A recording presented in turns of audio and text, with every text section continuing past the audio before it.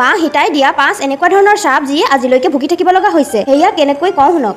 ৰজা দশৰথ মৃত্যু হোৱাৰ পিছত প্ৰভু ৰাম আৰু লক্ষ্মণে পিতাৰ পিণ্ডদান দিবৰ বাবে হাবিৰ পৰা বস্তু আনিবলৈ গৈছিল।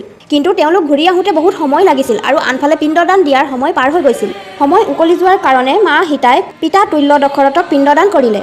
পিণ্ডদানৰ সময়ত মা সীতাই এজনী গৰু, এজন পণ্ডিত, এজোপা বৰগছ, এজনী কাউৰী আৰু ফাল্গুনী নদীক সাক্ষী হিচাপে থৈ পিণ্ডদান দিছিল।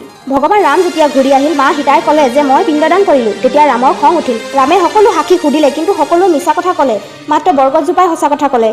তাৰ পিছত ৰজা দশৰথ প্ৰকট হৈ সকলো কথা ৰাম লক্ষ্মণক বুজাই ক'লে। তাৰ পিছত মা সীতাৰ বহুত খং উঠিল আৰু সেই 5 সাক্ষীক চাপ দিলে।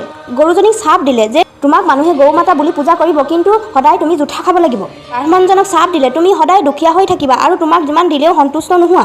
কাউৰীজনীক শ্ৰাপ দিলে যে তুমি সদায় অকস্মাত মৃত্যু হ'বা। তুলসীক ক'লে তোমাক সদায় ঘৰৰ বাহিৰত থ'ব, মাত্ৰ বৰগছজোপাকহে